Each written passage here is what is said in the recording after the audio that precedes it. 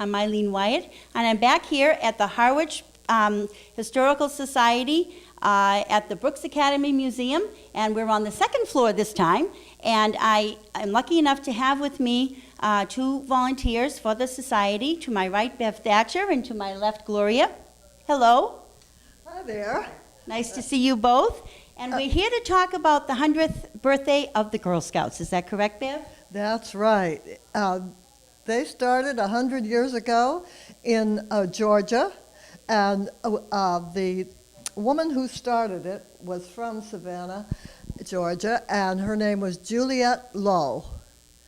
And she started something with about 18 scouts, and now we have over 3 million of them.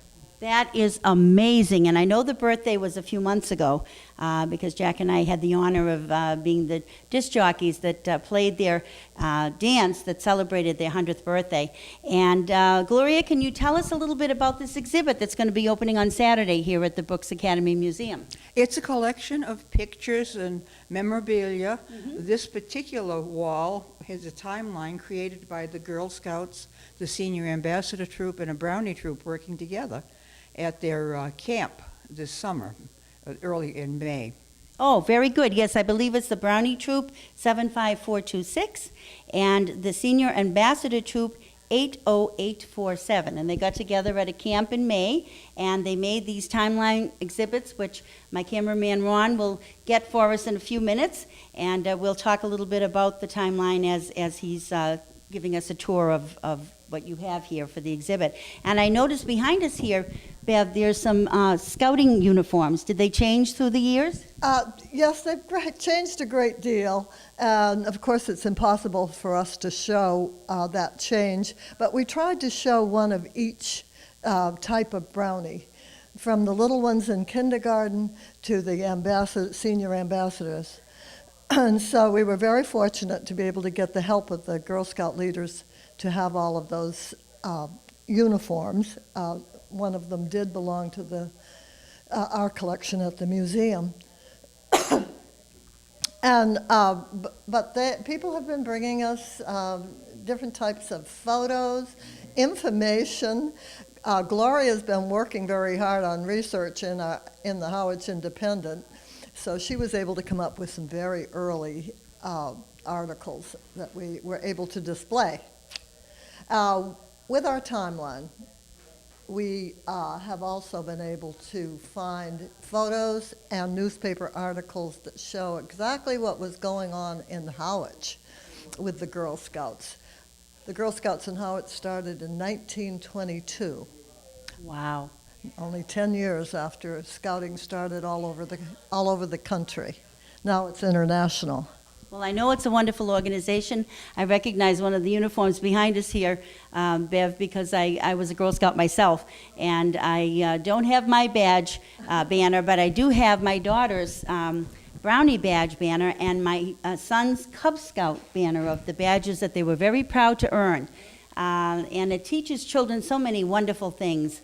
And they learn so many skills through the organization that it's no wonder that it's celebrating 100 years, and I'm sure it's going to continue to go on for many, many years to come. It has, and things have changed over the years. The badges, for instance, have changed. There are a lot of new things like media. Yes. That wasn't even invented when Girl Scouts started. So they do change with the times, and they grow with the times. Yes, and that's a very good thing to know about the organization, both the Boy Scouts and the Girl Scouts.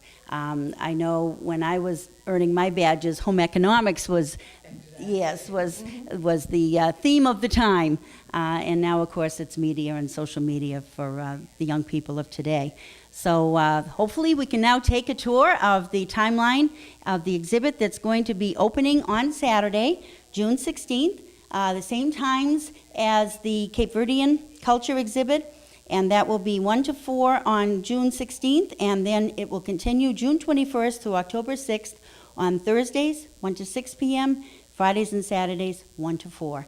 So when you come, please take a look at the Cape Verdean exhibit downstairs on the first floor, and then come up to the exhibit celebrating the 100 years of the Girl Scout organization here on the second floor of the Brooks Academy Museum. Well, I hope that you'll do that. And we also still have the railroad exhibit, which is fabulous. A huge railroad that shows replicas of the old stations that used to be here. Goes all the way through Harwich, Brewster, around to Orleans. And that's another one that you can see. We have a cranberry room downstairs that tells history and culture. And upstairs, we have a small trades exhibit.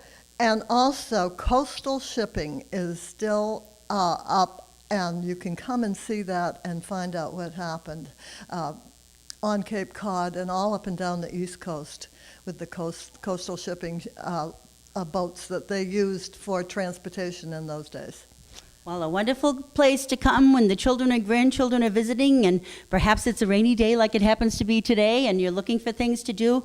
Come to the Brooks Academy Museum and go online to their website to find out when they are open, and it's www.harwichhistoricalsociety.org, or call the museum itself, and I'm sure there will be a recorded message to let you know the exhibits that are showing and when they'll be open. Thank you both very much, and I know you're going to talk us through the timeline as we take a tour. I'll be glad to. Well, I see here on the wall behind the exhibit of the uniforms, Bev, the Girl Scout Promise and the Girl Scout Laws, and boy, does it bring me back to my days as a Girl Scout. Can you tell us a little bit about the piece of the exhibit that we're looking at here? I will certainly try. We have a uniform that represents each step in Girl Scouting, and one leader's uniform over in the corner. We have the sashes with the badges from several different people in town, and we have a scarf that Bev Nightingale gave us that celebrated the 75th anniversary of Scouting, and we also have a little case that is full of badges that you can see, and we tried to include the newer types of badges that the girls are able to work for today. All these scouts that we have learned so many wonderful values about life, and so we hope that Scouting will continue for another 500 years. We do have a little bit over here about the cookies. Yes, I was just looking at that. Yes, we have the original recipe. Oh. So if you come in, you can read the recipe and copy it down and make your own cookies. And it tells about early Scouting when the girls first started making one type of cookie. And now, of course, they have so many.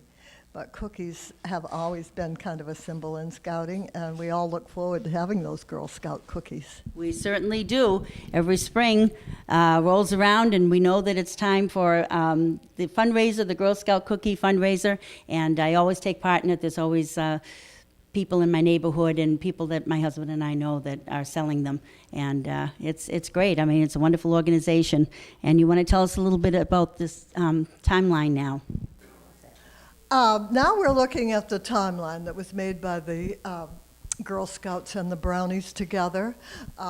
We have a panel for each 10 years of Scouting, and even though we only started in 1922 in Harwich, we tried to include something that's from Harwich with every timeline that we had, even though this is general information about Scouting, which I know everybody will be happy to see. These are nice, colorful timelines. We started to do our own for the exhibit, but the Girl Scouts did such a wonderful job. They were so much better than ours that we put them right up on the wall. We love them, and we thank the Scouts for adding to this exhibit. Well, thank you so much, Bev and Gloria, for giving us your time today. And please come on down. Saturday is going to be an exciting day here at the Brooks Academy Museum for the opening of two very important exhibits, the Sosabi, celebrating Cape Verdean culture on the first floor, and celebrating 100 years of Girl Scouting on the second floor. Thank you both for your time. Our pleasure. Thank you for coming.